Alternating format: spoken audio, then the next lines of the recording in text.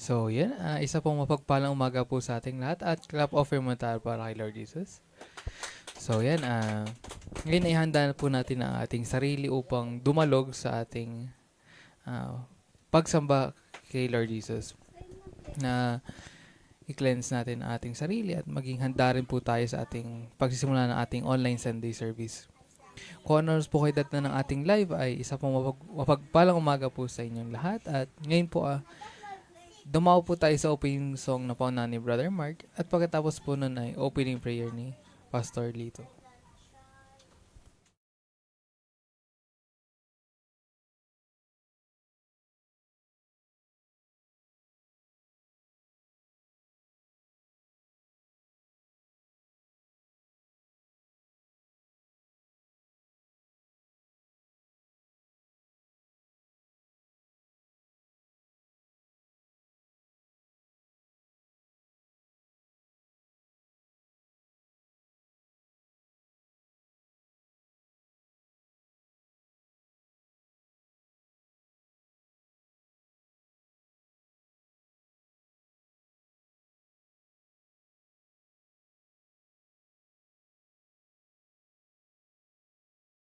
Praise Jesus. Yeah. Praise the Lord. Pinagkalooban na naman tayo ng Panginoon ng isang opportunity, isang pagkakataon para makalapit sa ating Panginoon Jesus sa pamamagitan ng ating worship service, makapagsilbi sa Kanya. Kaya ang sabi ni Brother Moses, ating handang ating mga sarili. Let's ask the Lord na linisin tayo sa ating paglapit sa ating Panginoong Jesus.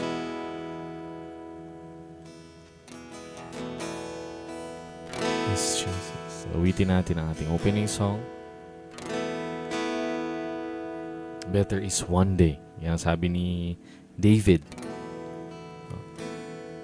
I'd rather be a gatekeeper because better is one day in the courts of the Lord than anywhere else, than 1,000 days elsewhere. Kahit isang araw lang is better than 1,000 days elsewhere. Amen.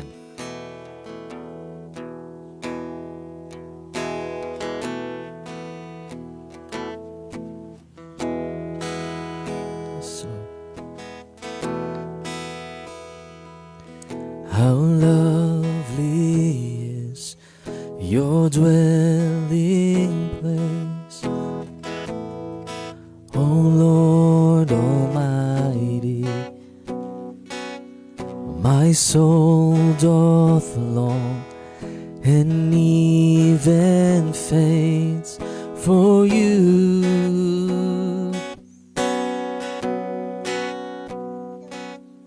How lovely is your dwelling place,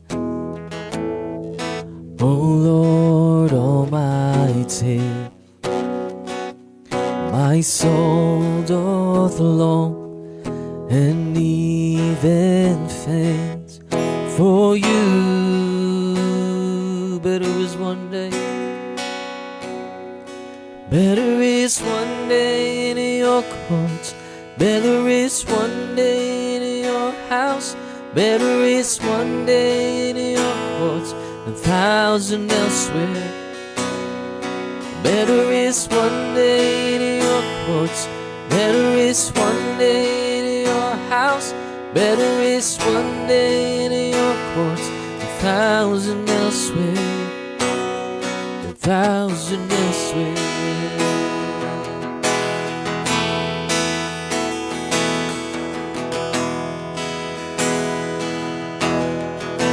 Hear my heart, hear my heart is satisfied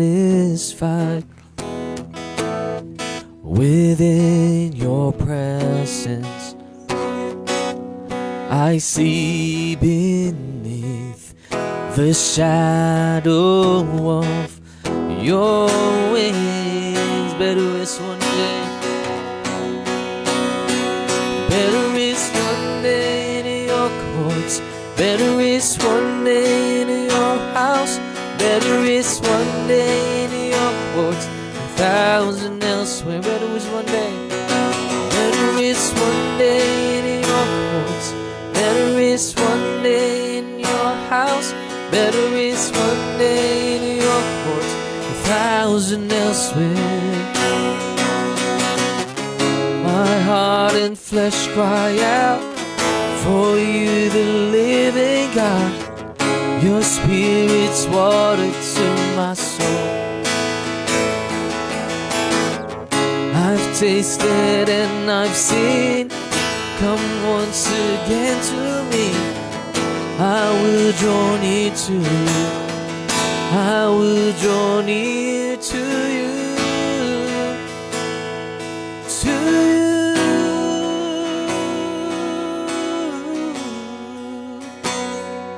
Better is one day in your house. Better is one day in your house. Better is one day in your courts than 1,000 elsewhere. Better is one day. Better is one day in your courts. Better is one day in your house. Better is one day in your courts. 1,000 elsewhere. Better is one day. Better is one day in your courts. Better is one day in your house. Better is one day in your courts. 1,000 elsewhere. 1,000 elsewhere.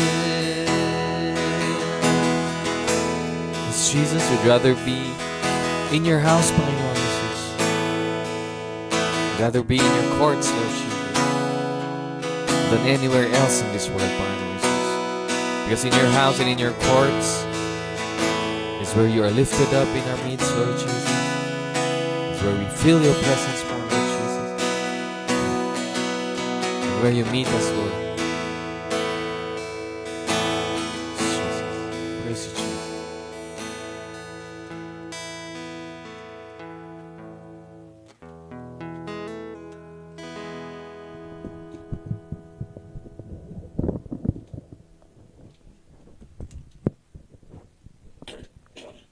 Oh, hallelujah. Praise you, Jesus. Purihin ka, Panginoong Jesus. Karapat dapat kang sambahin, luwalhatiin, at parangalan.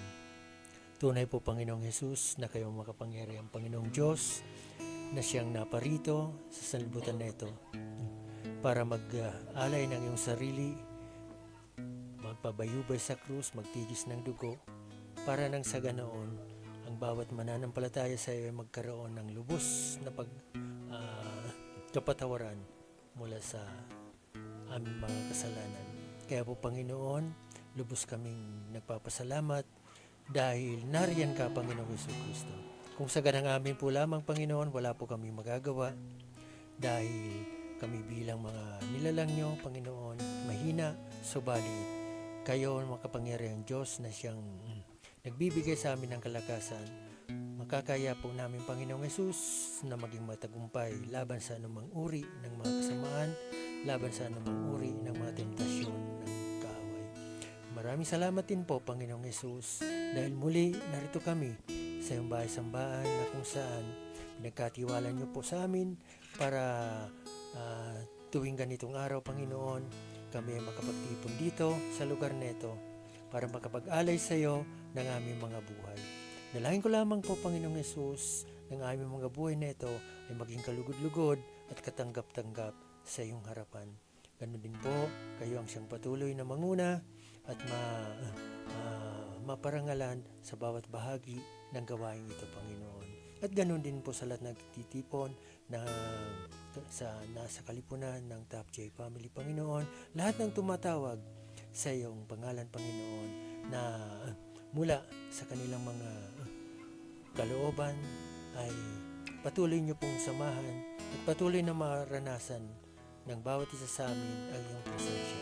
Wala kami ibang ninanais dito sa mundong ito habang kami nabubuhay, kundi ang patuloy na makaranas sa iyong presensya. Dahil sa iyo, Panginoon, lubos ang aming kagalakan, kapayapaan, at higit sa lahat, ang iyong kaligtasang spiritual.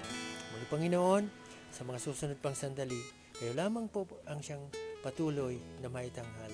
Ganun din po, Panginoon, walang pang mapapurihan at maitaas hanggang sa walang hanggan, kung hindi ang inyong makapangyarihang pangalan lamang po, Panginoong Jesucristo. Amen at Amen.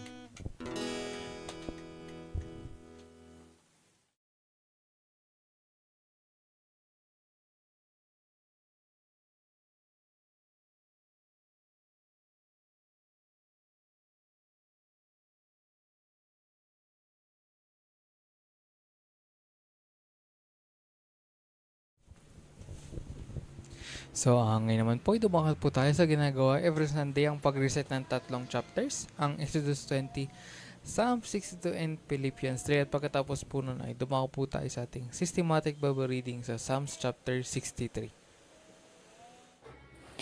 Exodus chapter 20 verses 1 to 17. And God spake all these words, saying, I am the Lord thy God, which have brought thee out of the land of Egypt, out of the house of bondage. Thou shalt have no other gods before me. Thou shalt not make unto thee any graven image, or any likeness of anything that is in heaven above, or that is in the earth beneath, or that is in the water under the earth. Thou shalt not bow down thyself to them, nor serve them, for I, the Lord thy God, am a jealous God, visiting the iniquity of the fathers upon the children, unto the third and fourth generation of them that hate me, and showing mercy unto thousands of them that love me, and keep my commandments. Thou shalt not take the name of the Lord thy God in vain. The Lord will not hold him guiltless that taketh his name in vain. Remember the Sabbath day to keep it holy. 6 days shalt thou labor, and do not all thy works. But the seventh day is the Sabbath of the Lord thy God. In it thou shalt not do any work, thou, nor thy son, nor thy daughter, thy manservant, nor thy maidservant, nor thy cattle, nor thy stranger that is within thy gates.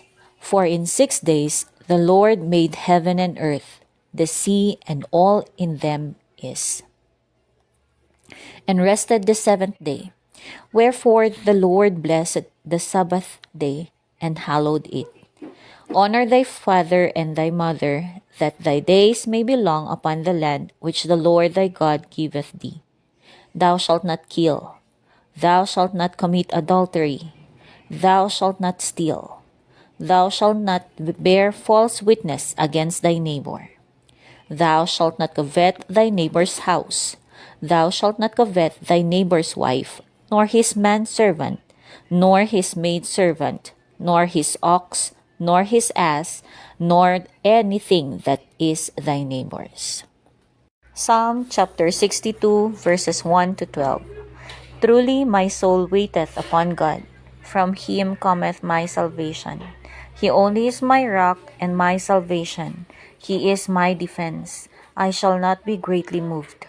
How long will ye imagine mischief against a man? Ye shall be slain all of you. As a bowing wall shall ye be, and as a tottering fence. They only consult to cast him down from his excellency. They delight in lies. They bless with their mouth, but they curse inwardly. Selah.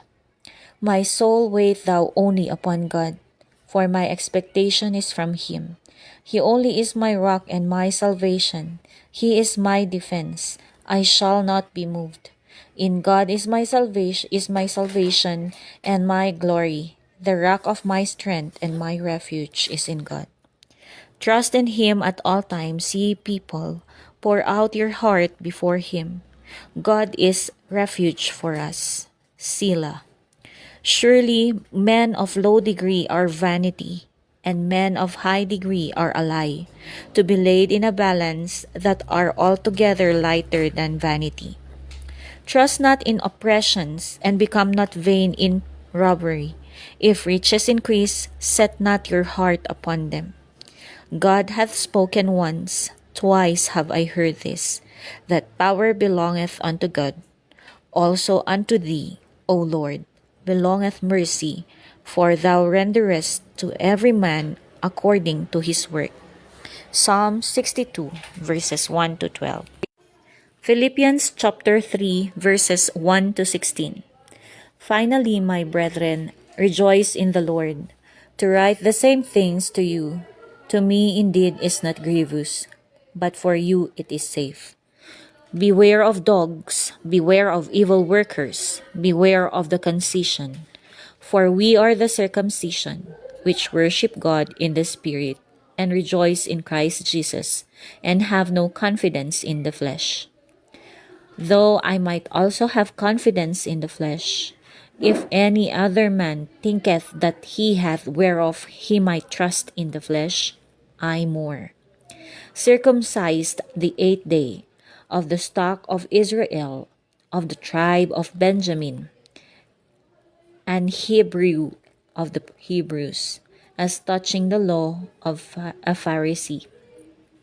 Concerning zeal, persecuting the church, touching the righteousness which is in the law, blameless. But what things were gain to me, those I counted loss for Christ. Yea, doubtless.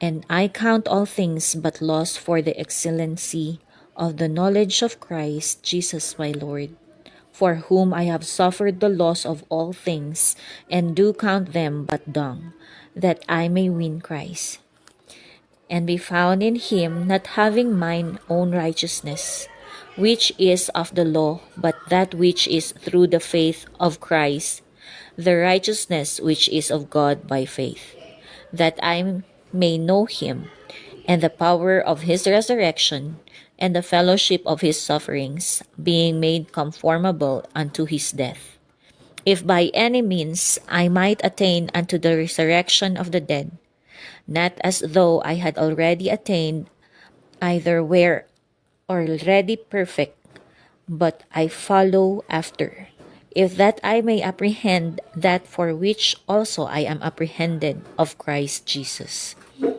Brethren, I count not myself to have apprehended, but this one thing I do, forgetting those things which are behind, and reaching forth unto those things which are before. I press toward the mark for the prize of the high calling of God in Christ Jesus. Let us therefore, as many as be perfect, be thus minded, and if anything ye be otherwise minded, God shall reveal even this unto you.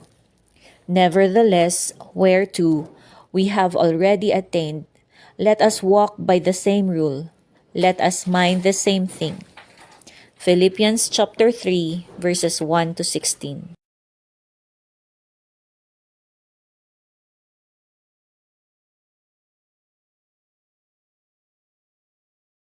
O Diyos, Ikaw ay Diyos ko, hahanapin kitang maaga.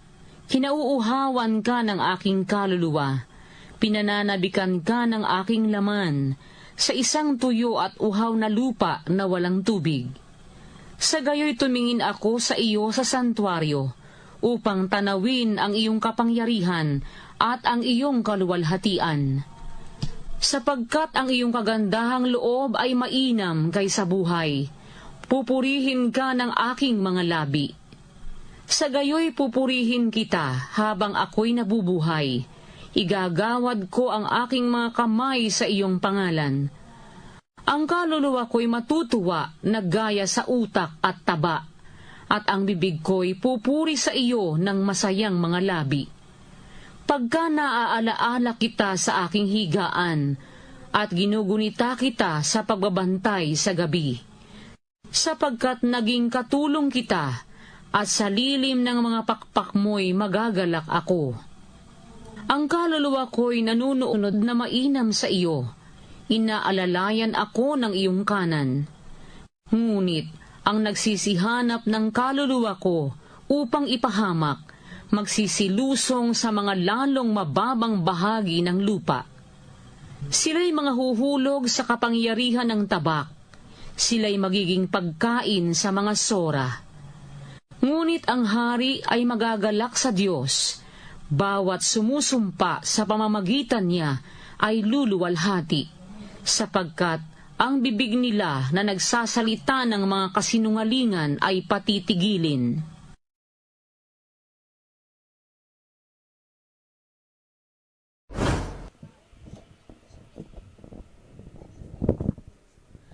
So, yun po ang ating Psalms chapter 63. Ayan. Kung titignan natin is parang connected din siya sa Psalm 62. Pero ito mas, let's say na, mas nagsisik si David ng mas lumalim siya yung connection na kay Lord Jesus. Parang relationship with the Lord.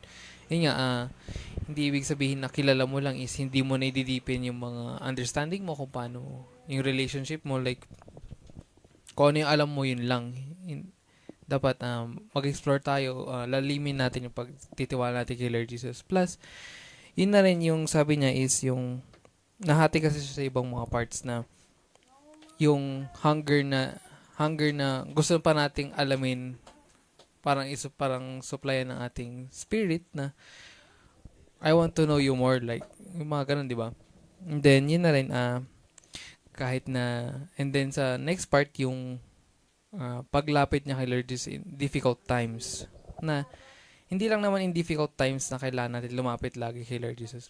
Kahit through up and downs, lumapit pa rin tayo. Like, wag tayo yung ibang tao na pag may kailangan, doon lang tayo lalapit, doon lang tayo mag-fasting or anything na para pagbigyan yung gusto natin. Yan yan. Tsaka kung meron tayong gusto is ipag-pray natin kung will ba ni Lord Jesus or hindi. Kasi pag yung mga tao, pag nag-pray agaran nilang nag-expect na, ay, pinag-pray ko siguro next week or this week, masasagot na, ma-answer prayer na. Without realizing na baka hindi sasagutin ni Lord Jesus, pero gagawa siya ng paraan na mas better dun sa hiniling mo. Like, wag tayo masyado mag-demand na, ay, kung ito yung pinag-pray ko, ito lang, ganyan. Wag nating punan yung, wag tayong, kung ano yung nandun, yun na. Malay natin, may mas better way si Lord Jesus kung paano makuha yung answer prayer natin. Masagot yung prayer natin. Plus, yun na rin, magtiwala din tayo kay Lord Jesus kasi will niya rin yan. Kasi, will niya pa rin na masusunod kahit anong sabihin natin. Lord, gusto ko ng ganito. Lord, ganyan.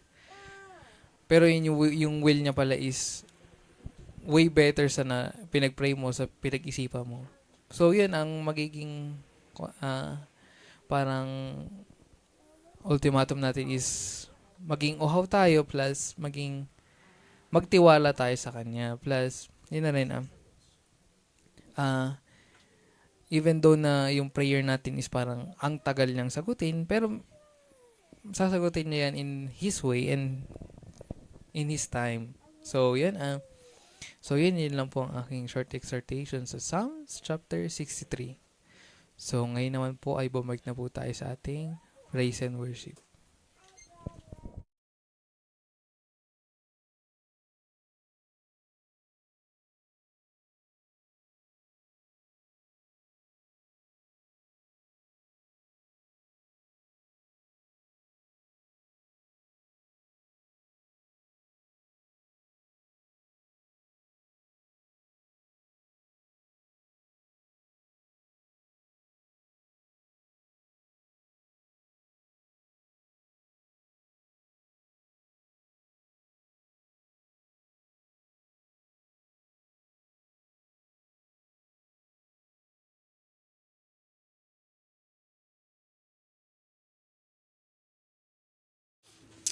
Amen. Praise Jesus. Muli, awit tayo sa ating Panginoong Jesus. At habang tayo maawit, ating batiin ang ating mga kapatiran. Makipagkamayan tayo sa ating mga kapatid. Awitin natin ang ating praise. Let us sing, Friend of God.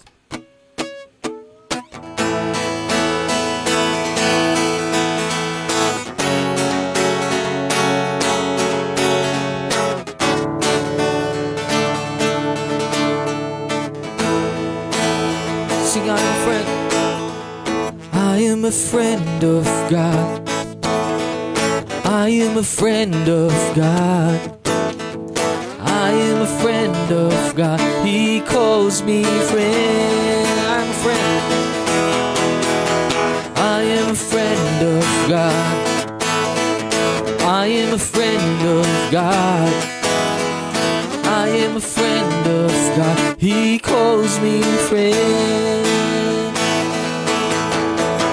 Who am I that you are mindful of me? That you hear me when I call? Is it true that you are thinking of me? How you love me, it's amazing. I am a friend of God. I am a friend of God. I am a friend of God. He calls me friend. I'm a friend. I am a friend of God. Oh, oh, I am a friend of God. I am a friend of God. He calls me friend. One more time, let's sing. Who am I? Who am I that you are mindful of me? That you hear me when I call? Yes, Lord. Is it true that you are thinking of me? How you love me, it's amazing.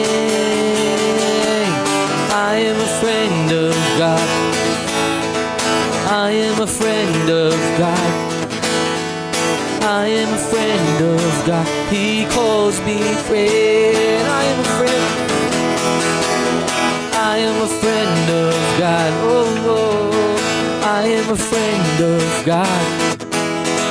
I am a friend of God. He calls me friend. Yes, Jesus, you are a friend. God Almighty, Lord of glory, you have called me friend. Yes, Lord.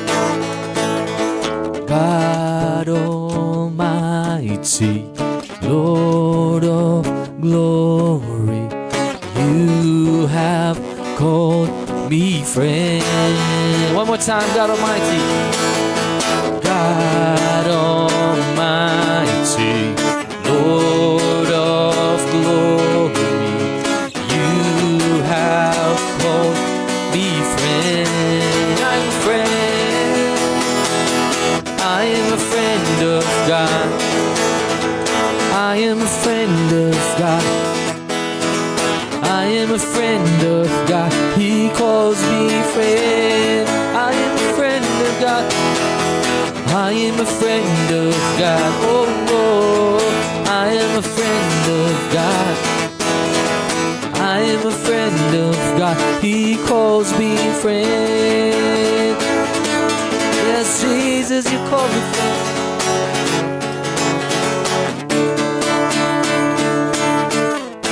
Amen, Jesus.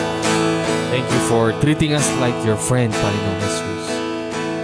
And more than that, you treated us as your children, Lord Jesus. A friend that has given his life for his friend. Thank you, Lord Jesus. Continue to lift up your name, Panginoong Jesus.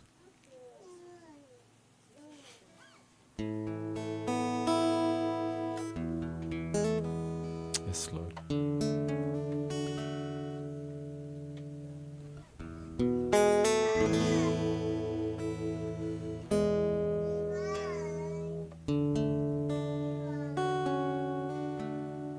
Yes, Lord. Tuloy ka namin kinikilala sa aming mga buhay, Panginoong Jesus. Kung wala ka, Lord Jesus, ang aming buhay ay mapapariwara, Lord Jesus. sa lahat ng gulo, lahat ng pagsubok sa amin, Lord Jesus. Aming kinikilala, Lord Jesus. Ikaw lamang ang kayang mag-ayos nito, Lord Jesus. Ikaw lang ang kayang magbuo ng mga nasira, Lord Jesus. Magpagaling ng mga may sakit, Lord. Because there is no one like you, Lord Jesus.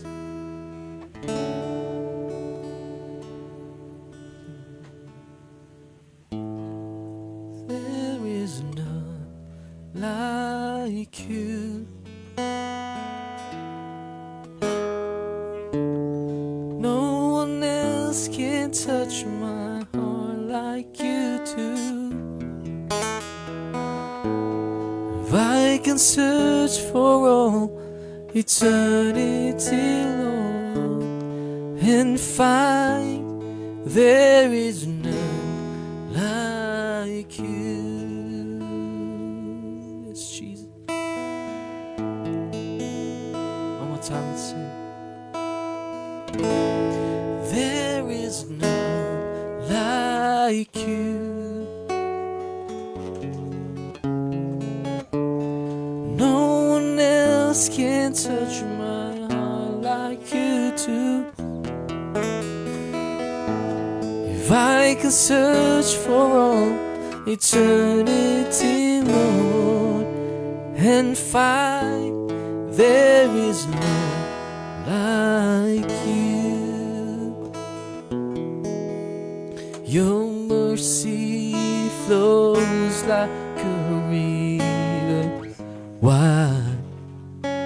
Healing comes from your hand.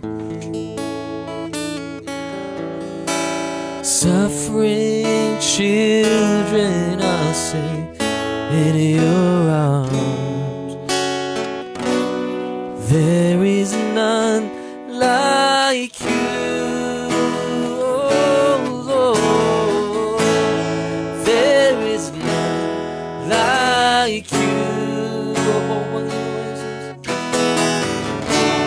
No one else can touch my heart like you do. Oh, and I can search for all eternity, Lord, and find there is none like you. Your mercy flows like a river wide, and healing comes from your hand. Suffering children are safe in your arms. There is none like you. Oh, no one else like you. There is none like you, oh Lord. No one else can touch you like you do. Oh, and I can search for all eternity, Lord, and find there is none like you. There is none like you. There is none like you. No one else can touch my heart like you do. I can search for all eternity, Lord, and find there is none like you.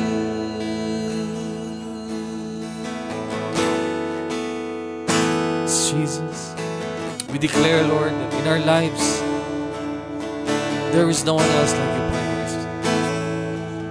Walang papantay sa inyo, Lord Jesus, sa aming mga.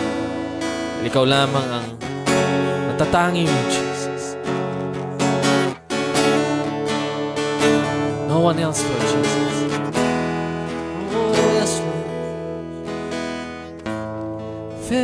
is none like you. No one else can touch my heart like you do. And I can search for all eternity long and find there is none like you. There is none like you.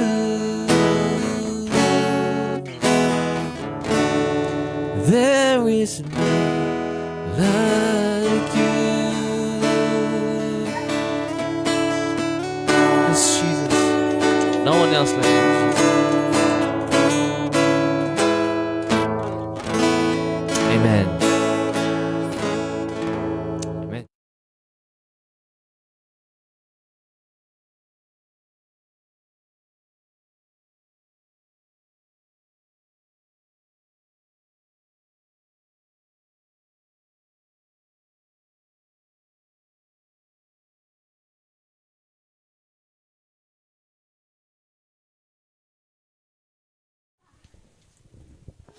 So, ngayon naman po, ay dumaka naman po tayo sa pagpapasalamat. I-declare po ang goodness na ipinaranas sa atin ni Lord Jesus in the past week.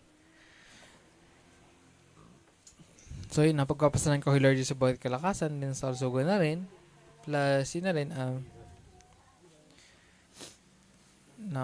na-finalize naman na yung mga kailangan naming gawin na performance task.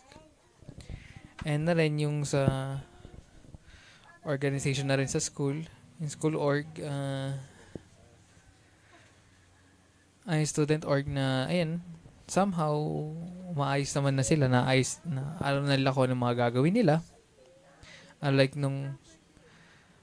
nung first week talagang hindi na alam kung sinong gagawa ng mga ganitong papers. So ngayon, na ayos naman na nila, and then yun na rin yung successful yung mga naging opening na aming foundation day, plus yun na rin may mga nag-open ng doors para gusto daw nila mag-exhibit, ay gusto daw nila magkaroon ng mga pa-training or parang lecture or workshop sa CIS. So sabi ko pakipag-coordinate na lang sa dean para maayos na rin. Plus yun na rin yung sa provisions na rin, and then sa pag-iingat, and then yun lang. Amen.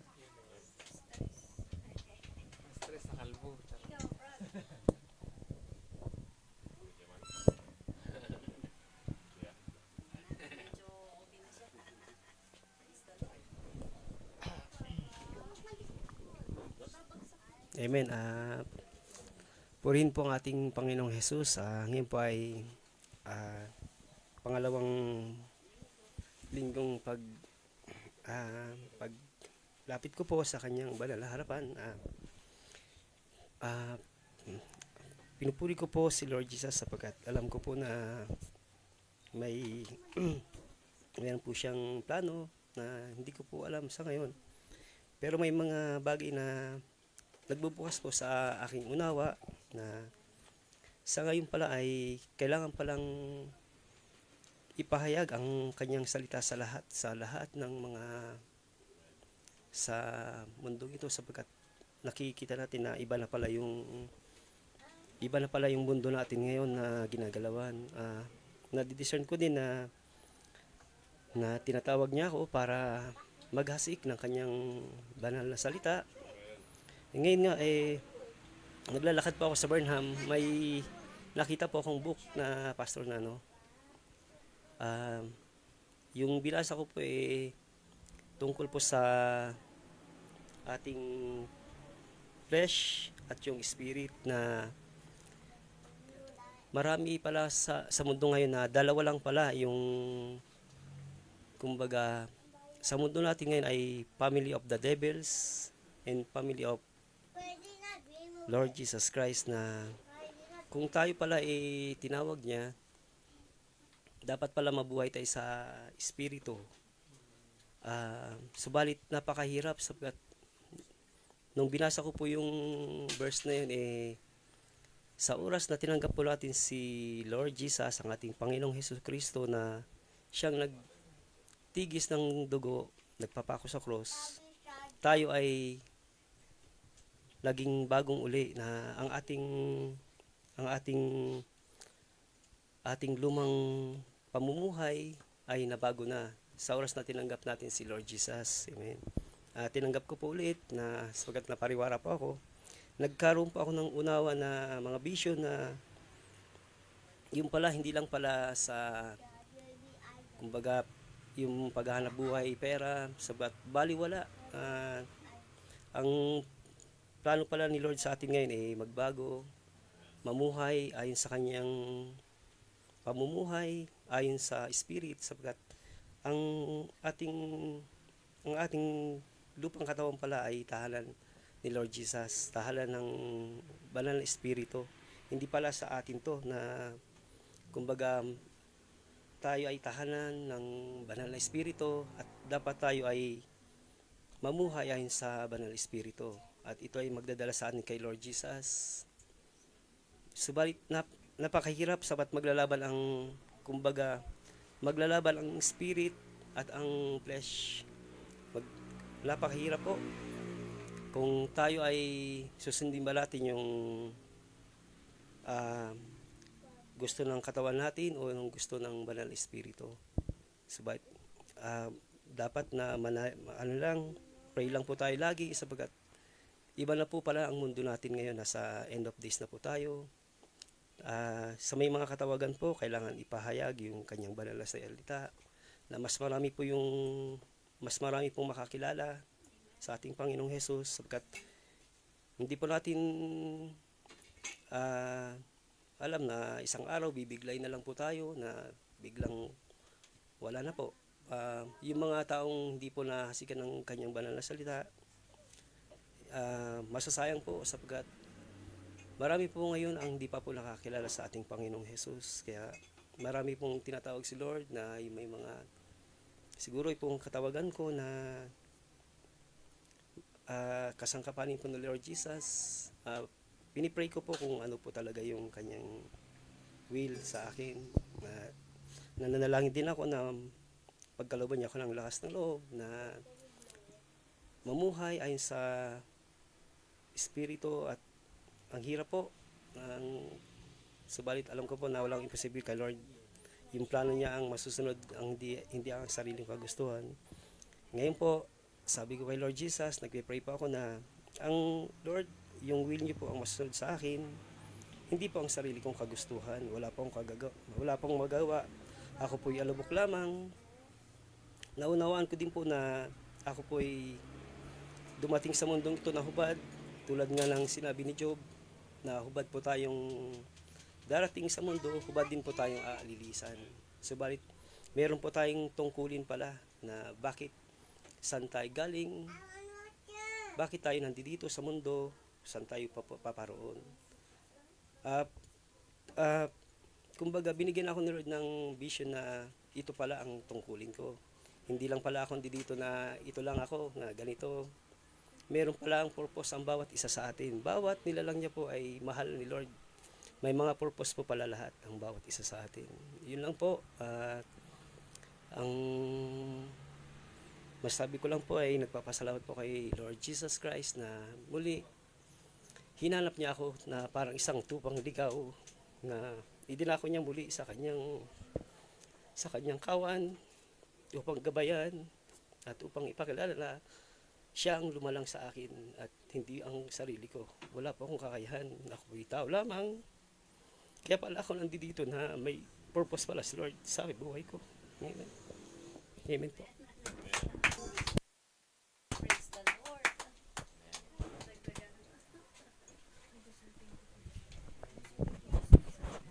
Amen. Praise Jesus.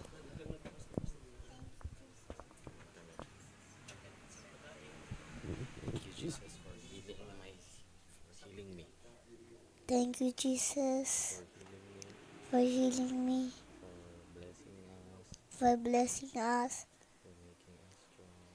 for making us strong, for the food, for the family. I love you, Jesus. Amen. Amen. Praise Jesus. So, yan. Gaya ng pasasalamat ni Levi. Amen. Yan. Nagpapasalamat kami sa patuloy na buhay, hining at kalakasan na pinagkakaloob ni Jesus, no? And gaya ng sabi ni Brother Levi, yun yung kagalingan din kasi nga yun, yung mga pag-ubo-ubo, no? May hindi na siya nakapasok nung Friday. Isang araw lang naman. No, isang araw lang naman na hindi nakapasok dahil may parang binabantayan namin yung ubo niya, ganun. But I pee in my pants. yan sa nakatulog. Yan si brother. Yan, so praise Jesus dahil for the continuous healing kasi next week exam na nila Levi, so alam namin na si Jesus magpapakalob sa kanya ng wisdom, no? And intellect sa kanyang exam, sa mga gagawin niya sa school. So praise Jesus doon. And ako rin nagpapasalamat din. Healing din kasi yung ang tawag dito, yung aking headache tsaka yung leeg kasi ewan ko sa posture ko ata yan. Nagiging posture and siyempre sa work. So hindi ko maalala kung anong araw yon, biglang sumakit yung ulo ko na as in mabigat yung ulo ko na parang migraine, you know. So nung Thursday or nung Friday or basta yun na nagpa-PT ako or Wednesday nagpa-PT ako dun sa aking leeg para maano yung muscle, ma-soften yung muscle. Kasi nga 'di ba usually nag-stiffen kasi yung muscle kaya gumaganon siya. So okay naman, nag-soften naman, pero after nun biglang yun sumakit yung ulo ko, nagka-migraine ako and kinailangan ko magpahinga bago umuwi. Kasi yun, nagsuka ako. Pati pagdating sa bahay, pagbaba ng sasakyan, sumuka agad ako dun sa labas. But yan, yun din naman usually yung release nung migraine ko pag nasusuka ako nasuka ko na siya, yun, parang kakaroon ng relief. So, nakapagpahinga and nakapag-work naman kinabukasan. Hindi kailangan mag-leave. So, praise Jesus doon. And isa rin na pinagpapasalamat ko yung opportunity rin na halos sunod-sunod, praise the Lord, no, yung mga opportunities. Medyo napapansin na nga rin nila doon sa office na lagi akong may invitation, either mag-judge o kaya maging speaker. So, parang ang tawag dito. Ang maganda naman doon, hindi yung pag napansin nila, bakit lagi kang lumalabas? Hindi ganoon. Parang, uy, mabenta ka, ha? Parang ganoon. Ibig sabihin, positive na, alam mo yon na lagi naman kasing approved. No? May rider na approved. Sige, you may go. Ganoon. So, praise Jesus doon kasi at least, kahit na nalalaman nila, hindi ka natatakot na baka sabihin, hindi ka pwede pumunta, mga ganun. May gagawin. Kahit na may gagawin, basta sabi nila, okay lang, basta alam mo namang i-manage yung time mo, ganun. So, praise Jesus doon kasi, syempre sa mga ganung opportunities din na nagkakaroon ng mga extra blessing, no, si Jesus sa mga ganung pagkakataon. So, yun. Glory to Jesus. Hindi siya contractor level, pero alam mo yun, yung feeling parang contractor level. Kasi syempre tayo, kung anong binigay ng Panginoong Jesus, we're grateful. So, yun. Magiging provision, no, sa araw-araw na pinagkakalob ni Jesus. Talagang malaking pasalamat ang pinagkakalob ko sa Panginoong Jesus. Amen and amen.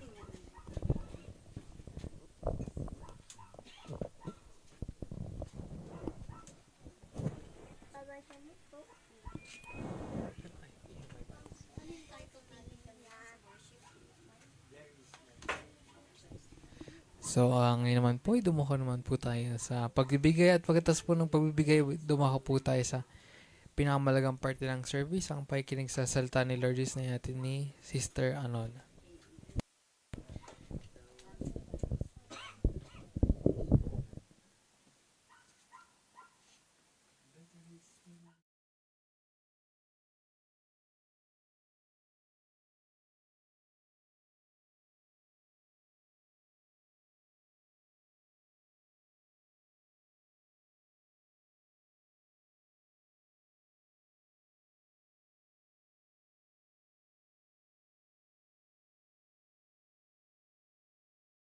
So, ako rin po, gusto kong magpasalamat kay Lord Jesus bago po tayo mag-pray dahil sa testimony.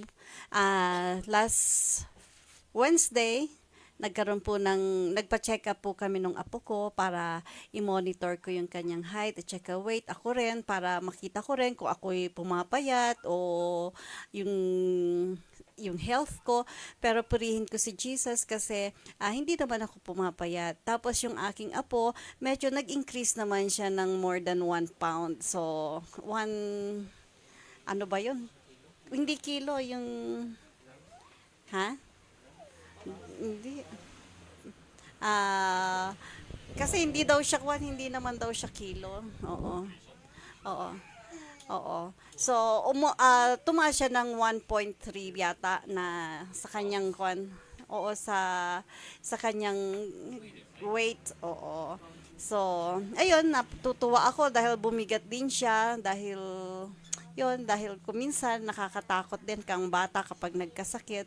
Kaya pinupuri ko si Jesus. Tapos, tamang-tama, tinanong sa akin ng doktor kung ano yung gusto kong ipa-check up sa kanya. Siyempre sa aging natin, tinignan yung aking blood pressure. Naman, normal naman siya, 120/80. So, sabi niya, mapalad kayo sa age nyo, hindi pa, maganda pa yung blood pressure nyo. Tapos, ano pong nararamdaman nyo? Ang nararamdaman ko kasi yung mga sakit-sakit sa katawan, gano'n. Sa ngayon, anong nararamdaman mo? Sabi niya, sabi ko, yung lang sa may talampakan, gano'n. Tapos, normal naman yan. Sabi niya, bigyan na lang kita ng kung gusto mo, sabi niya, bigyan kita ng anti-pneumonia vaccine, sabi niya gano'n. So, sa amin naman ni Pastor, noong pa namin gusto magkaroon ng vaccine ng pneumonia kasi syempre natatakot kami magkaroon ng colds, lalo na po ako dahil talagang naranasan ko pagka may colds ka, napakahirap po, uncontrollable yung iyong pag-ihi, yung dibdib mo mabigat, ganyan, uncomfortable ka. So, nung sinabi niyang libre yun, sabi niya, pagka sa private, that's 5,000 plus, sabi niya gano'n. So, parang nagdadalawang isip ako. Pero bago naman ako pumunta dito sa center, nagpray naman kami ni Pastor na maging maayos at magkaroon ako ng favor. So yun, pinasasalamatan ko si Jesus kasi yung favor na binigay niya yon, I got it last Wednesday na salamat sa Panginoon dahil yung favor na yon na kung saan parang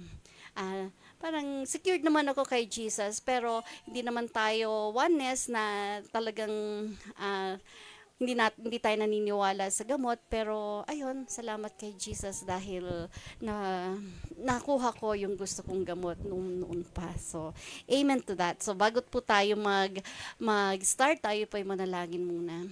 Pinupuri ka namin, Lord Jesus. Sinasamba at pinasasalamatan sa mga pagkakataon na ibinibigay mo sa amin upang kami makalapit sa iyo, upang kami po'y maging kasangkapan mo para sa iyong mga salita. Tunay, Lord Jesus, na wala nang iba pang kaligayahan ng buhay kundi ang makasalong buhay ka at mapaglingkuran ka. Yun po ang pakinabang namin na binibigay mo sa amin sa buhay na ibinigay mo, na kami po ay magkaroon din po ng kaligtasan sa iyo. Kaligtasan nagmula sa iyo, Lord Jesus. Kaya minsan pa, have your way in me. Hindi ko po kaya kung wala ka. Kaya patuloy po akong umaasa at nananalig. Ikaw po ang maglalagay ng mga salita mo sa aking bibig at na-confirm naman po ang mga salita mo, Lord, na ihahatid ko sa pamamagitan ng aming mga opening song, sa mga awit namin, Lord Jesus, at sa mga testimonies. Kaya, Lord Jesus, maraming pong salamat.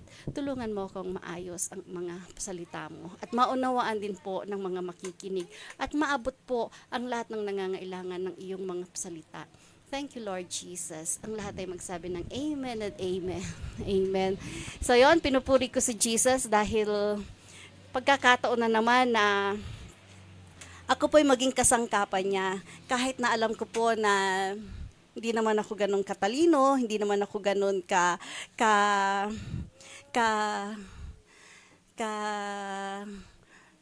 gandang magsalita, pero naniniwala ako ang availability ko, ang naging daan para maging kasangkapan niya ako. Amen? So tayo po, pumunta muna tayo rito sa, kagaya nung inawit po natin, yung there is one, hindi, yung sa opening song natin na, better is one day in the house of the Lord, di ba? Kung titignan natin, yun, kasi ang ating pong topic ngayon is yung feast in the kingdom, di ba? So dito makikita po natin yon dito sa Luke 14 verse 15. Pero bago po tayo pumunta sa 15, daanan po natin sa verse 1. Kasi dito sa verse 1 po rito, meron po ritong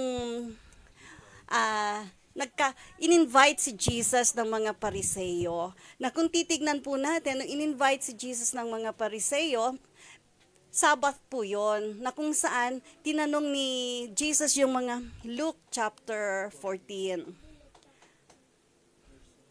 verse 1. So, pero ang topic po natin doon nasa 15. Yun po yung sabi niya rito sa verse 15 is,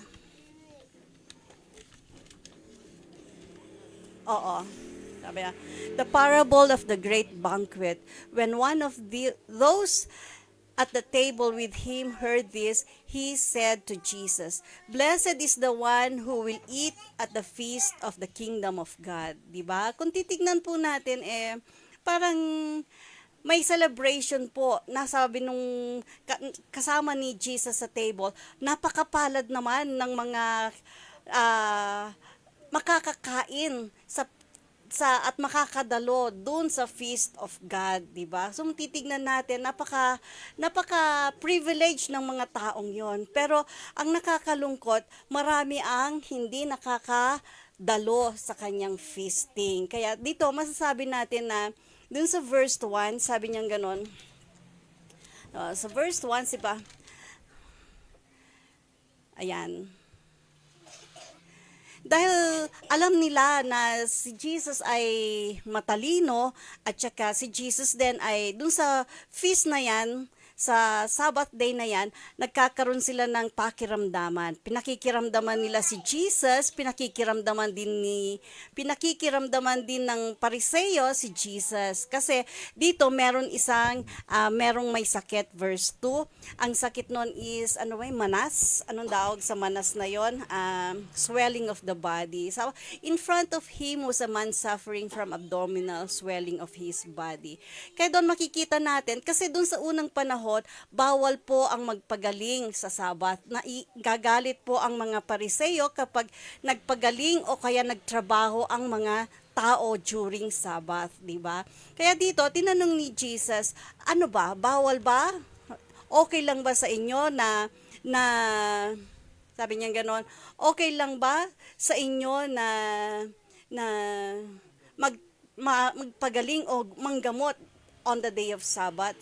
Pero wala pong nakasagot. Is it lawful to heal on the Sabbath or not? So, pagkatapos nun sa verse 4, sabi niya, hindi sila makasagot. But they remained silent. So, taking hold of that man, he healed him and set him on his way. So, doon makikita po natin na on that time, si Jesus naman ay nandun siya sa may power na sa kanya yung healing, di ba? So doon hindi natin masasabi kung paano po yung mga timing ni Lord Jesus. Anytime nagpapagaling siya. So doon parang namangha yung mga Pariseo, parang gusto nilang i-question si Jesus pero walang makapag-question sa kanila. By questioning them before the miracle, Jesus made it difficult for them to protest afterward. So, after healing, hindi nila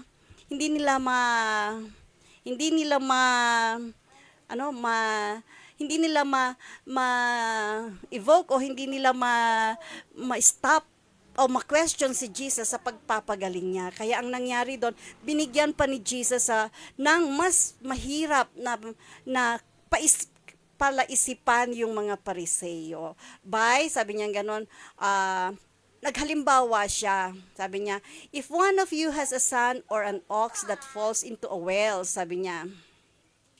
Ayan, sa verse 5.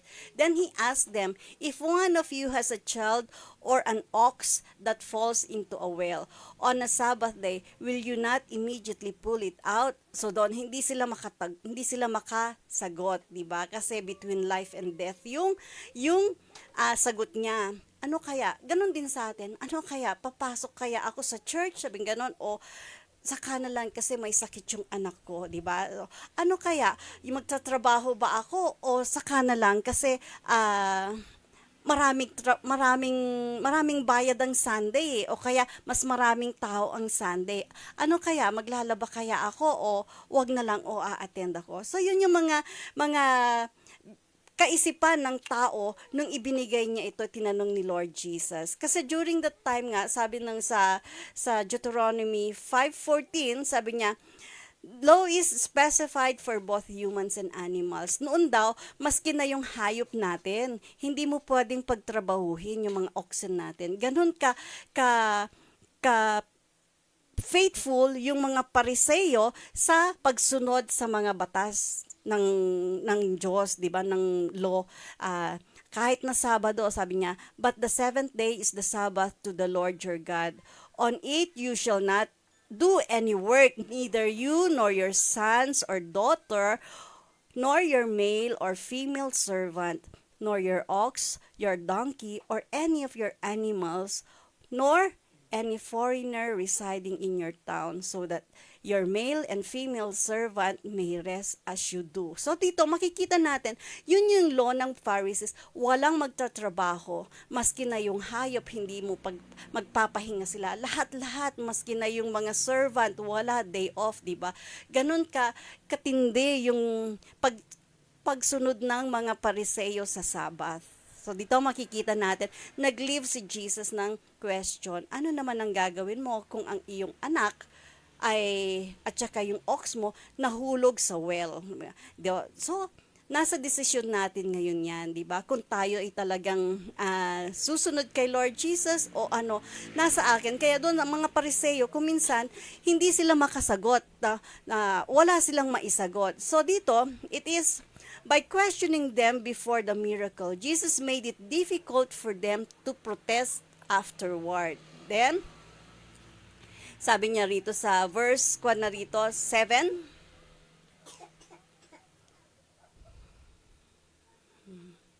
Sabi nga dito,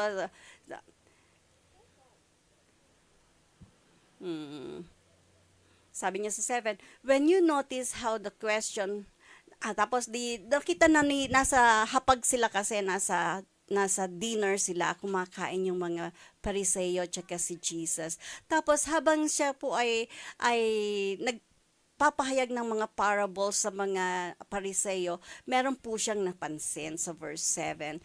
When he noticed how the guests picked the place of honor at the table, he told them this parable. So napansin niya yung mga tao, sabi niya gano'n, ang hinahanap nila yung pangdangal na upuan, sabi niya ganon. So sabi niya, when someone invites you to a wedding feast, do not take the place of honor for a person more distinguished than you may have been invited. So dito sabi niya ganon, kapag kayo pumupunta sa mga piging, sabi niya, huwag niyong pupuntahan yung mga upuan ng pangdangal. Dahil baka meron naka-reserve yung upuan na yan.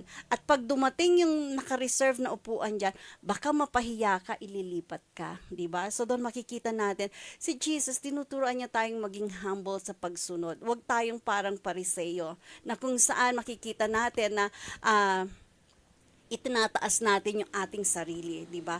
Kung meron tayong itataas, si Jesus yon. Kagaya ng ginagawa ni Jesus dito, tinuturuan niya ngayon yung mga tao, yung parable na yan. Ginagamit niya yung parable na yan para nang sa ganon, hindi tayo mapapahiya at matututo tayo. Baka sa bandang huli nun, pagka tayo nakaupo doon sa mababang upuan, tayo naman ang iaangat nung nag-invite sa atin, di ba? 9, sabi niya ganon. If so, the host who invited both of you will come and say to you, give this person your seat. Then humiliated, you will have to take the least important place, di ba? So 10. Yun yung sinasabi ko na wag baka tayo mapahiya. So iwasan po natin yon. Tapos ito nga, sabi niya, but when you are invited, take the lowest place so that when your host comes, he will say to you, friend, move up to a better place. Then you will be honored in the presence of all the other guests. So yan na yung sinasabi ko. Hindi ba kanina kinawit natin, God calls us friend, di ba? Kapag tayo ay ganun humble, ang gagawin ni Jesus, iaangat niya tayo and He will call us friend. Ilalagay niya tayo dun sa honorable seat kasi tayo nga yung kaibigan niya, di ba? So, napakaganda nung binabasa ko to, bang sarap-sarap naman Lord pala na maging friend mo. Iaangat ka niya, di ba? Yung kahihiyan sa buhay mo, babaguhin niya yan, di ba? Bibigyan ka niya ngayon ng parangal, kagaya nung tayo wala pa kay Kristo, di ba? Ang buhay natin kahiya-hiya, di ba? Sa tao at saka sa harap ng Panginoon. Pero nung binago niya tayo, kagaya ng testimony ni Brother Jem, nung binago niya tayo, ang pag natanggap na natin si Jesus, merong pagbabagong gusto niyang mangyari sa buhay natin. Walang iba kung hindi yung i-acknowledge natin siya na magpapasakop tayo sa lordship niya, di ho ba? So yon, napaka isang privilege pong matawag ni Jesus na friend niya tayo. Amen po ba? So dito, sabi niya,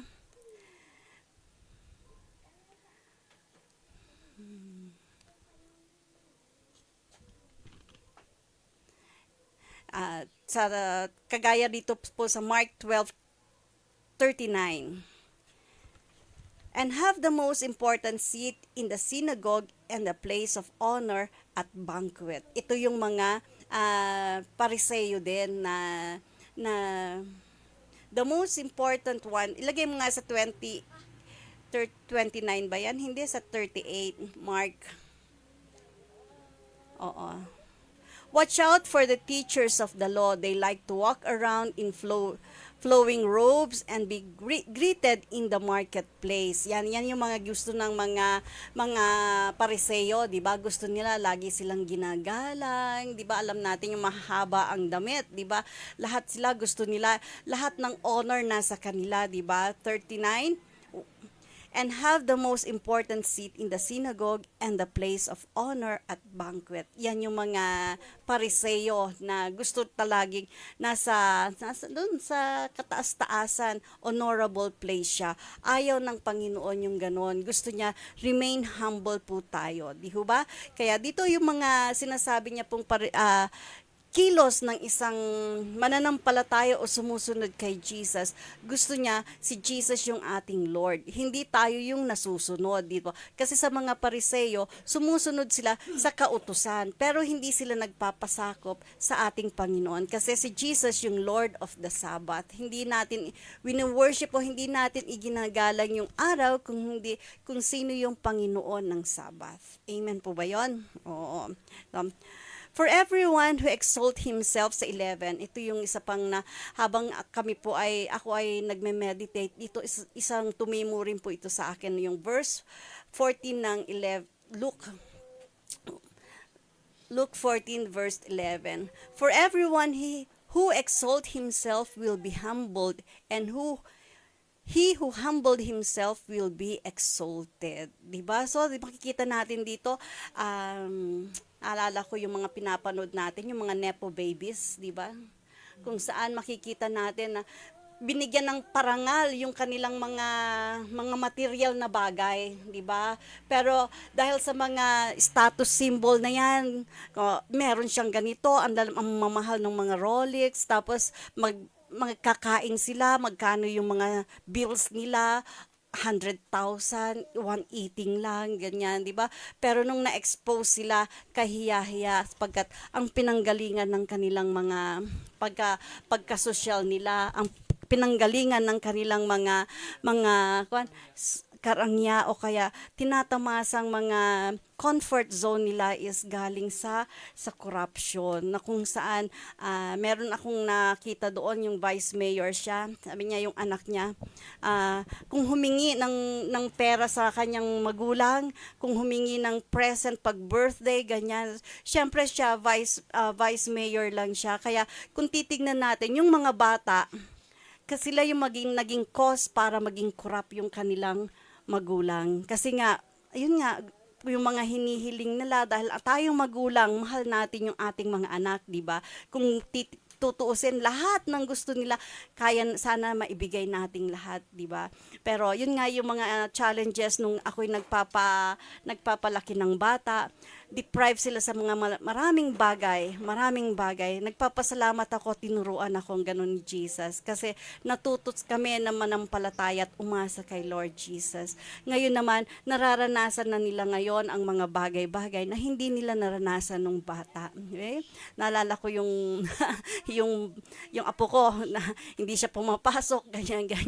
Ngayon ako noon, hindi pumapasok yung anak ko kasi wala kaming pamasahe, wala kaming breakfast, na alangang papasukin ko sila nun sa school, hindi sila nag-breakfast. Di ba, alinang kaming magkakasama, ganyan. Ganun kahirap, pero ngayon, hindi pinaparanas ni Jesus yan sa mga apo ko. Kaya yon, all glory to our Lord Jesus. Kaya, nung habang nagte-testify sila, gumaganyan siya sa mag-flash yung goodness ni Lord Jesus sa akin. Kaya yon, dapat tayong manatiling humble. Gusto ni Jesus yan. Huwag natin ipagmamalaki yung ating mga anak kasi marunong sila, ganyan. Pinagmamalaki natin sila dahil, yun, syempre talaga namang nakaka-boost ng ego kapag magaling ang ating anak, matalino. Ako noon, tuwang-tuwa ako noon nung nagkaroon ng award, ng reward at saka ng mga medal yung anak ko nung grade 6 yata yun o high school, graduate siya. Ang dami-dami kong medal, hakot niya lahat yung mga awards sa school. So, it makes us proud. Pero, yun, dapat sasabihin natin, para sa iyo yun, Lord Jesus, hindi para sa akin. Kilos ni Jesus yun, hindi ko kilos yun. So, yun ang gusto ni Jesus sa atin, magpakumbaba tayo, di ba?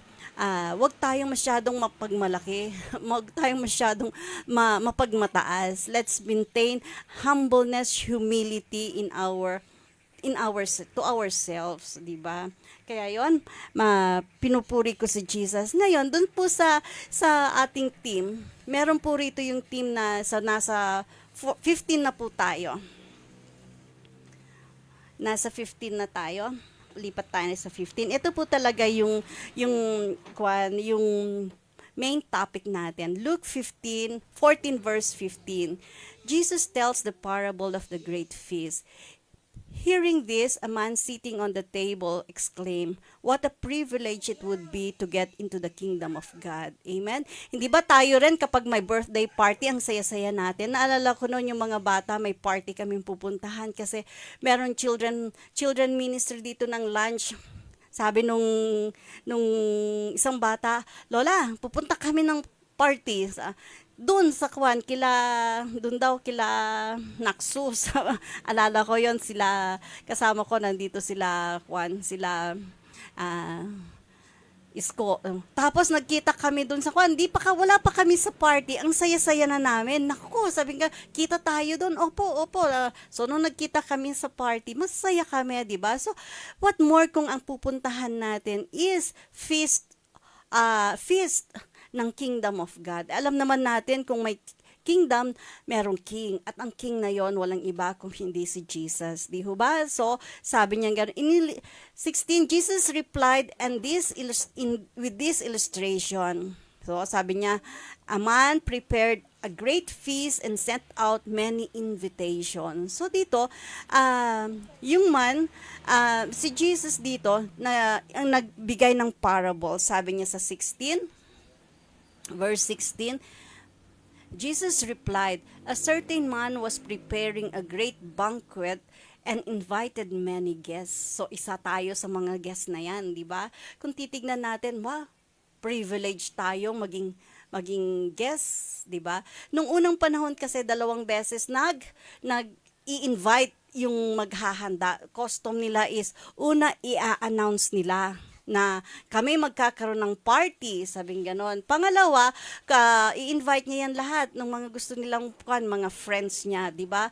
Yung mga close sa kanya, yung mga special people, ang kanyang unang naisip na invite. Tapos, pagkatapos nun ay yung pag-ready na yung yung party. Pag ready na yung mga party, anong mangyayari noon? Datawagin niya na yung mga guests, di ba? So ito na yon. When all was ready, 17, when all was ready, he sent his servant around to notify the guests that it was time for them to arrive. Okay? So, ready na yung mga kwan pa. Pero ang nakakalungkot noon, inutusan na ngayon ng master yung servant niya. So, sabi niya ganon, but they all began making excuses. Diba? So, ito, patuto ito kanina ni Brother Jemhars nung siya hindi abala pa sa flesh. Sabi niya, but they all unlike began to make excuses. The first said, I have just bought a field and I must go and see it. Please excuse me.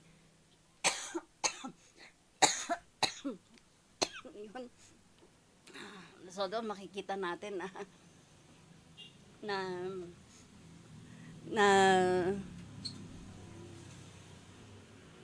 yung in-invite niyang mga kaibigan, yung mga special people, yung first priority niyang in-invite, anong sabi? Please excuse me, sabi niyang ganun. Meron akong biniling lupa. Gusto kong i-inspect it. Sabi niya, Sunday yun, Sabbath yun. So sabi niya gano'n, sa susunod na lang, sabi ko, kasi meron akong business na gagawin. 19. Another said, he has just brought 5 pairs of oxen and wanted to try them out. So, pangalawang pinuntahan niyang kaibigan, anong sinabi niya? Oy, sorry kasi meron akong negosyo, di ba? Meron akong biniling 5 pares na oxen. So, ganun din sa buhay natin. Kung minsan pagka Sunday, very inconvenient. Wag na yata akong aaten. Parang meron akong pupuntahan meron pang mas mahalaga kasi nga very kung na yung tingin natin sa every Sunday parang taken for granted na siya, di ba? 20, another had said married and for that reason couldn't come. So sabi niya, meron akong kasalang pupuntahan, may party akong pupuntahan. Dito makikita natin, di ba, na lalo na ngayon, panahon na naman ng tradisyon. Marami na naman ang makikita mo, absent na naman sa mga churches. Maraming upuan na magiging empty. Bakit? Magiging abala sa mga tradisyon na darating. Di ho ba? So, doon makikita natin. Ang lahat ng mga in-invite ng master na yon, puro, anong nangyari ron? Puro nag-excuse. So, thank you. So, anong ine-expect ng master na yan nung na-excuse lahat yung mga in-invite niya? Siyempre, na-disappoint siya. Sabi niya, the servant returned back and reported to his master. Then the owner of the house became angry and ordered his servant, go out quickly into the street and alleys of the town and bring in the poor, the crippled, and the blinds and the lame. So doon makikita natin na disappointed yung master. Pinaalis niya yung kanyang master. Sige, pumunta ka sa mga karsada. Kunin mo yung mga lumpo, yung mga may sakit. Sabi niya gano'n. Yung mga bulag, silang kunin mo para i-invite. So habang nag-i-invite yung servant niya, na-invite naman, dumating yung mga nangangailangan, yung mga in-invite niya sa streets at saka sa alley. Tapos nung nakita ng master, uy, marami pang bakante. Sabi niya, hindi pa napuno itong lugar. So ang sabi niya, 23, but even then there was still room. 23, well then, said his master, go out into the country lanes and out behind. Sabi niya, dito na lang. Then the master told his servant, go out to the roads and country lanes and compel them to come in so that my house will be full. So doon makikita natin na hindi pa napuno yung room. Pumunta ka na ron sa probinsya. Kunin mo yung mga tao doon para nang sa ganon mapuno yung ating ating room, di ba? So doon makikita natin na very disappointing si Jesus, yung master sa servant nato, dahil nga ang lahat ng in-invite niyang special hindi nakadalo. Pero pasalamat naman tayo, tulad ng sinabi ni Brother Jemmer sa kanyang patutuo. Kaya habang pinapakinggan ko yun, sabi ko, sana si Brother Jemmer na itong nag-reveal sa kanya, may talk rin siya rito. Kasi nakita niya, marami pa ang hindi nakakakilala kay Lord Jesus. Kailangan ng salvation, di ba? Mapapalad tayo dahil tayo, tinagpo na ni Lord Jesus. Pero nakakalungkot, yung mga tinagpo ni Jesus, very complacent. Kung minsan absent, di ba? Kung minsan maraming excuses para dumalo dun sa kanyang feast. Kung titignan natin, ang feast na binibigay ni Lord Jesus, nandoon yung kasaganahan ng buhay, kasaganahan na matatamasa sana ng isang tao. Tulad din namin dito, pagka kami nag-invite, tapos noon aasahan naming darating yung mga in-invite namin. Tapos kami nag-prepare, hindi darating. Siyempre parang nakakadismaya rin yun, pero hindi yun para sa sarili namin, kung hindi iisipin namin na kayo ang lugi kasi kami nag-prepare. Di ba? Kung titignan natin, hindi lugi si Jesus kapag siya ang nag-i-invite ng feast. Lugi tayong hindi nakakarating kasi si Jesus prepare siya ng isang piging na dapat ikasisiya ng mga dadalo. Pero kung hindi ka dumalo, sayang, di ba? Pero si Jesus, hindi niya tayo paghihinayangan, di ba? So dito sabi niya 24, ayan na. So dito sabi niya nga dito sa Luke 14:15, sabi niya hanggang 24, the man with Jesus saw the glory of the kingdom of God. Nakita niya yon kasi nakita nga niya, pinagalingan niya yung may anong tawag doon? Merong pamamaga ng katawan, o ang tawag doon, anong tawag na doon sa kanyang sakit na yon? Balik mo nga sa 15:16. Parable 16, 15, ayan, sa 3, ayan, abdominal swelling, yung minamanas siya. Yung pagmamanas niya, sabi niya gano'n. So yun, the man with Jesus saw the glory of the kingdom of God, but failed to see how to get in. So tayo, bilang mga sumusunod kay Jesus, marami, sana tayong mga nakakilala na kay Lord Jesus, wag na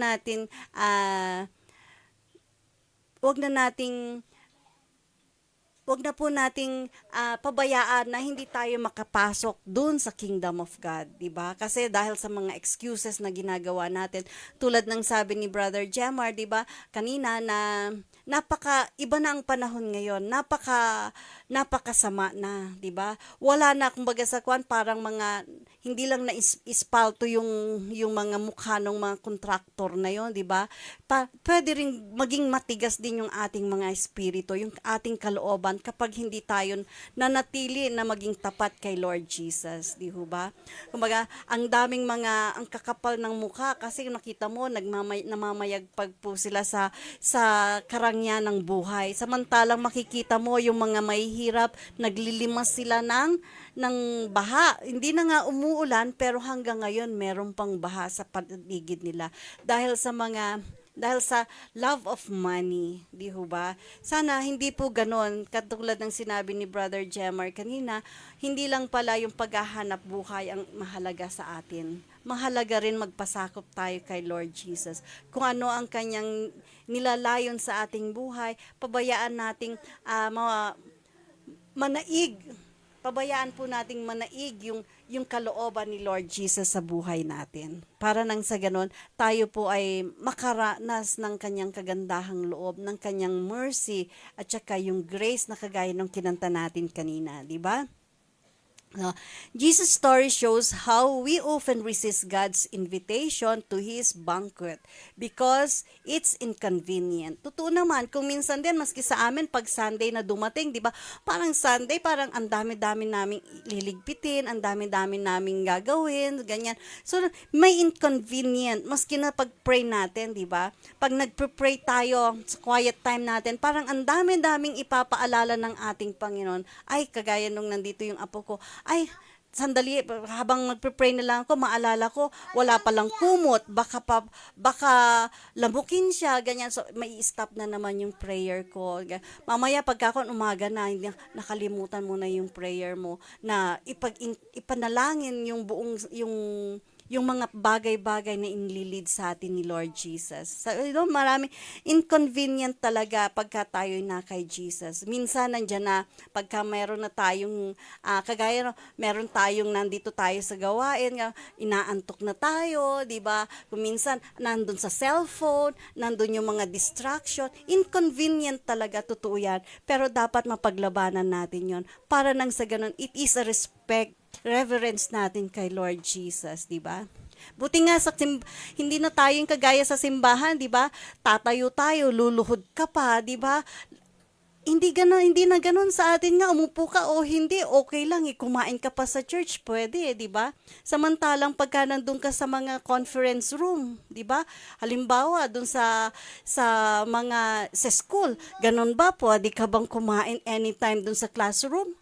Di ba hindi? Nandoon talaga yung ating pakikipaglaban sa flesh. Ano ba? Gagawin ko ba reverence? Pati sa akin din, kung minsan magpre-pray ako, kumakain na ako, nakalimutan ko, di ba?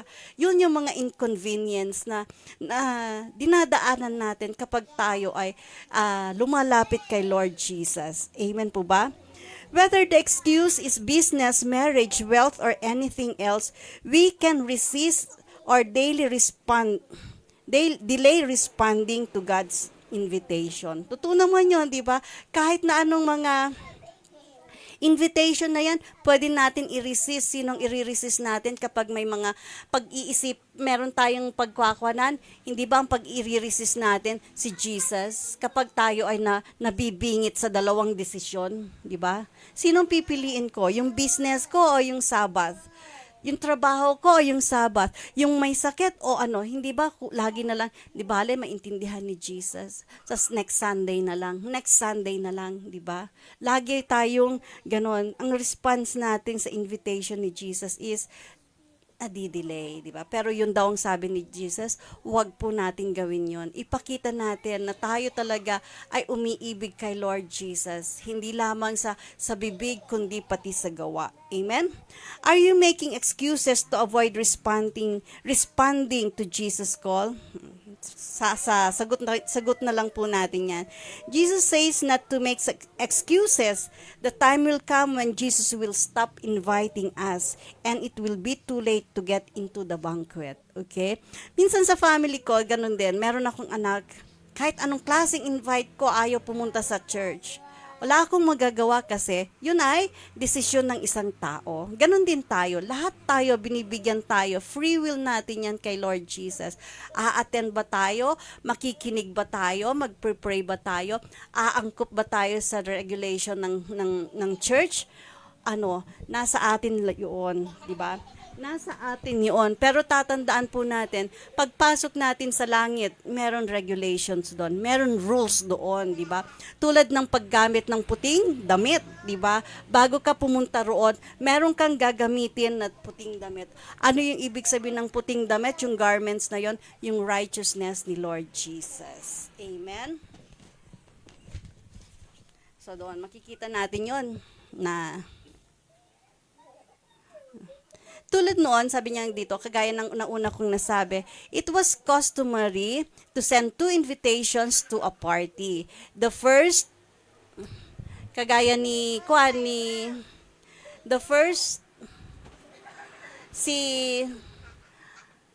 anong pangalan nito? Si Jericho, nasa church ka o nasa playground? Okay?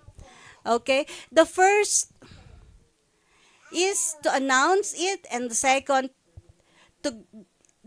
is yung guest that the second is to tell the guest that all was ready. Okay? So, the guests in this story insulted the host of making Jesus excuses. Okay? So, dito makikita natin, iniinsulto pala natin si Jesus kapag tayo gumagawa ng mga excuses when He invites us the second time, di ba? So doon makita natin, the Israel history, God's first invitation came from the prophets, di ba? The second came from His Son. So noon may mga prophets na nagsasabi about the coming of the kingdom, yung feast, the coming of the kingdom. Pero ngayon si Jesus na yung nag-i-invite sa atin para makadalo tayo sa kanyang piging, di ba? So doon makikita natin, the religious leader accept the first invitation. So, yung mga religious leader, kagaya ng mga Pariseo, they accepted the first invitation. They believed the prophet, but they insulted God by refusing to believe Jesus. Amen? So, doon sana, hindi po natin gawin yun sa panahon natin ngayon. Kagaya ng sabi na naman ni Brother Jemar, di ba, na panahon na para may maghayag kay Jesus, di ba? Oo. Para nang sa ganon na makikita po natin na si Jesus, naiinsulto siya. Kailangan natin siyang ihayag. Ihayag natin siya, di ba? Thus, as a master in the story, sent his servant into the street to invite the needy to his banquet. So, dito makikita natin, tayo yung ngayon maghahayag ng invitation para marami pa ang makakilala kay Lord Jesus. Amen? So, yun.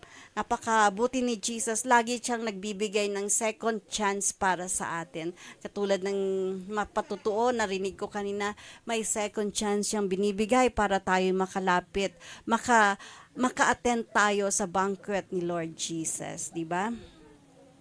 In this chapter, we read Jesus' word against status, seeking in favor of hard work and even suffering.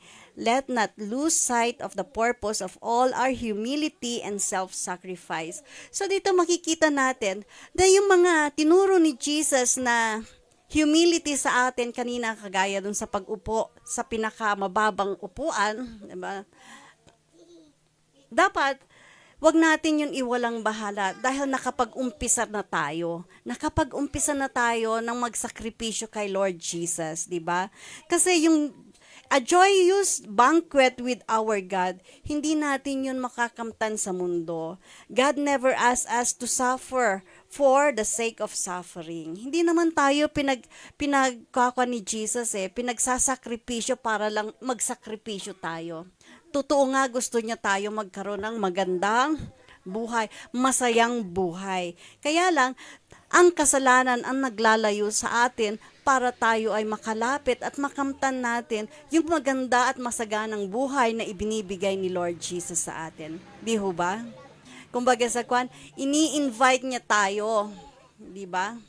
Ini-invite niya tayo. Pero naroroon, kuminsan kagaya nung kwan, yung mga muscles na tumitigas, masakit, di ba? Kailangan palambutin. Paano tayong nakakapagpalambot ng mga espiritu natin? Through the Word of God. Masakit ang mga rebuking, masakit ang teaching ng Panginoon, pero it will make our muscles, our faith strong. At saka makukultivate yung ating puso kung tayo'y naninigas na, di ba? Wala, ang kagaya ng sabi ni pastor sa Bible study, ang salita ni Jesus, papasok sa kabilang tenga, lumalabas din. So, pagdating ng panahon, hindi na ipapamuhay. Sana hindi po tayong ganon. Alam ko, iilan lang tayo rito sa San Luis Outreach, pero nakakakilala na tayo sa isa't isa, di ba?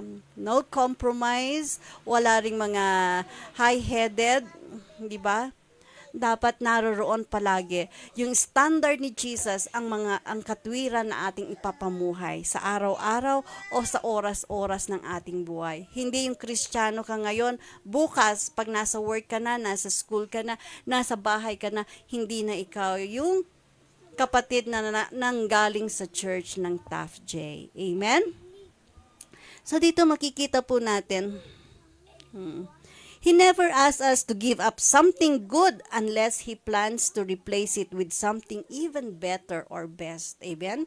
Meron siyang kukunin sa atin. Masakit siguro yon, pero tatandaan natin, papalitan niya yon ng something best o better sa nawala. Hindi niya tayo pababayaan na nagsakripisyo ka ng wala. Nagbigay ka kay Jesus ng walang balik. Wala pong sumunod kay Jesus na hindi niya binalikan. Amen po ba yun?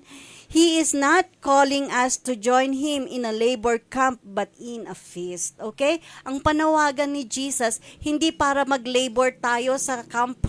Diba? Kagaya ng DPWH, pag gumagawa ng krusada, nandun ka sa init, di ba? Kung nagle-labor tayo sa mundo, pinahihirapan niya tayo. Pero nandoon tayo sa feast. Amen. Naalala ko yung isang sabi niya, sana hindi ko na kinuha tong trabaho to. Ang hirap-hirap, di ba? Puro pag-aaral, puro reading, sabi niya gano'n.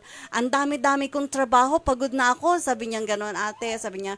Pero si Jesus, tinatawag niya tayo, hindi ganong labor. Para nang sa ganon, mag-delight tayo sa kanyang salita. Subukan mong mag-aral ng kanyang salita. Nakakaroon ka ng kaginhawahan spiritually, di ba? Nagkakaroon tayo ng kalayaan sa sama ng loob, di ba? Nagkakaroon tayo ng kaliwanagan ng isip na kung saan nagugulumihanan ng isip natin. Pero pag tayo nag-aaral ng salita ni Jesus, nagkakaroon tayo ng direction. Lalo na yung sinabi ni Brother Jemar kanina, nagkaroon ako ng vision, lumiwanag ang aking isip nang siya'y nagbabad. Saan? Sa salita ni Jesus. Ganon niya tayo tinatawag. Hindi niya tayo tinatawag para mag-labor sa labor camp. Diba? Tinatawag niya tayo sa isang feasting. Para nang sa ganon, pag nagkita-kita tayo nila Abraham doon, nagkita-kita tayo ng nila Moses, nagkita-kita tayo ron nila ng mga saints doon, di ba? Makikita natin sila Deborah, di ba? Yung mga kamag-anak natin o mga magulang natin na na-save, mga di ba? Magiging masaya tayo. Walang away-away sa langit, di ba? Walang inggit-inggit, puro na lang kalwalhatian ni Jesus ang makikita natin sa feast, 'di ba? Sa feasting na 'yon, no? The wedding feast of the Lamb. Nandun nga, ito na 'yung makikita natin, Revelation, last na to, Revelation chapter 19, verse 6 to 9. Ito 'yung future na feast na pupuntahan natin kapag tayo ay nanatili sa kanyang dun sa banquet na ito, merong Feast of the Lamb na pupuntahan natin. Sabi niya rito sa Revelation chapter 19:6, Then I heard what sounded like a great multitude, like a roar of a rushing water and like loud pearls of thunder, shouting, Hallelujah, for our Lord God Almighty reigns. Okay? Hindi po yan kagaya ng mga maririnig natin, tubig ng baha, o kaya yung nahuhulog ng mga bridge, kung hindi yung rushing water na galing sa kalangitan, di ba? Nandoon yung pearls of thunder shouting. Ano maririnig natin doon? Hallelujah, for the Lord our God Almighty reign. So makikita natin yung pag-reign ni Lord Jesus. 7. Let us rejoice and be glad and give Him glory, for the wedding of the Lamb has come and His bride has made herself ready. Amen. Sana po tayo yung matalinong virgin na merong lamp, merong oil yung lamp niya nung dumating yung bridegroom, okay? Na kung saan nakapasok sila doon sa anong tawag daw? Doon sa feast of the Lamb, di ba? Kung saan nakita nila nung dumating yung mga foolish virgin, wala na, close na yung pintuan. So ayan, yung glory. Give Him glory. Makapagbigay glory ba tayo kaya sa Kanya, kay Jesus, pagka dumating siya at tinakwan na tayo? Isa ba tayo doon sa 5 virgin? For the wedding of the Lamb has come and His bride has made himself ready. Be prepared. Kaya yun na naman, sabi ni Brother Jemar, dapat tayong maging handa kasi malapit na, iba na ang panahon ngayon, di ba? Pakapala ng muka, di ba? Patigasan ng damdamin, di ba? Wala na, hindi na, tama yung sinabi sa Bible na yung Holy Spirit ba, di ba? Mawawala at ang mananaig yung spirito ng demonyo na matigas ang kalooban, wala ng conviction, di ba? Kasi kung may mga conviction yung mga gumawa dun sa flood control na yon, sana naisip nila yung mga pandarambong nila. Doon ka makakakita, dati-rate, mandarambong ka lang ng 1,000 lang. Tapos milyon, ngayon bilyon na, di ba? Dati-rate, na humahanga ka na sa mga milyonaryo, may 1 million, uy, ang yaman niya. Ngayon, hindi na, pagka milyonaryo, parang konti na, bilyon na dapat, di ba? Wala na, di ba?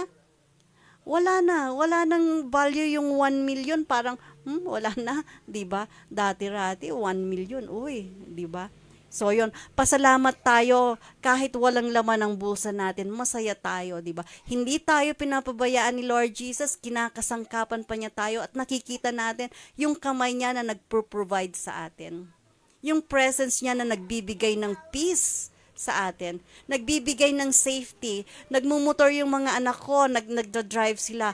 Kapag nakita ko sila, salamat Lord Jesus, ligtas sila, di ba? Oh. Every time na makita ko, oy, si Mark, malayo, 1 week ko bago makita, ay, salamat, nakita ko siya, di ba? Ganoon tayo magtiwala kay Lord Jesus. Tulad ng exhortation kanina, di ba? You will go hungry for Him. Pagkatapos nun, magre-reveal siya sa'yo. Pagkatapos nun, matututo kang magtiwala dun sa rock of salvation na yun. Walang iba kung hindi si Lord Jesus. Di ba? Then, anong verse na? 8.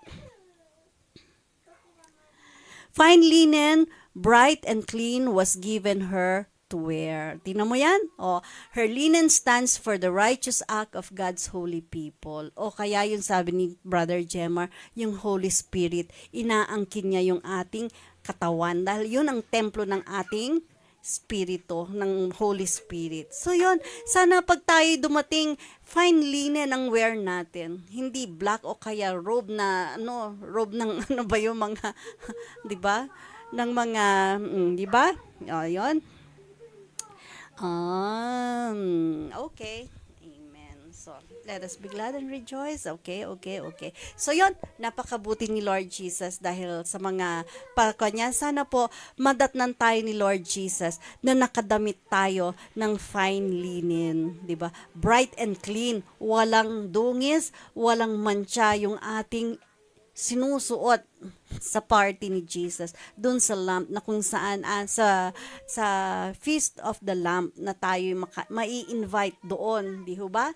Na kung saan dadalo tayo doon ng may kasamang gladness, rejoicing in everything. Amen po ba? So minsan pa tayo ay manalangin, pasalamatan natin si Lord Jesus. Tunay po, Panginoong Jesus, pinupuri ka namin, pinasasalamatan. Ngayon pa lamang po, Lord Jesus, ay inihahanda mo na po kami sa pagdating mo. Maraming pong salamat. Lord Jesus, sa iyo kami nananampalataya, umaasa at nagtitiwala, Lord Jesus. Panghahawakan mo ang congregation nato. Hindi lamang po itong Taft J. Sandwich, but the whole family of Taft J, Lord Jesus. Gawin mo kaming tapat, gawin mo kaming matatag, at higit sa lahat, lumalim kami sa pag-ibig sa iyo, sa pananampalataya, at sa pagkauhaw at pagkagutom sa iyong mga salita. Minsan pa, Panginoong Jesus, we just want to declare the victory is yours. Dahil ikaw ang kasama namin, Lord Jesus, ikaw din po, Panginoong Jesus, ang aming kaligtasan. Sa lahat ng aming mga mahal sa buhay, tinataas namin sila. We love you, Lord Jesus. Ang lahat ay magsabi ng Amen and Amen. Amen.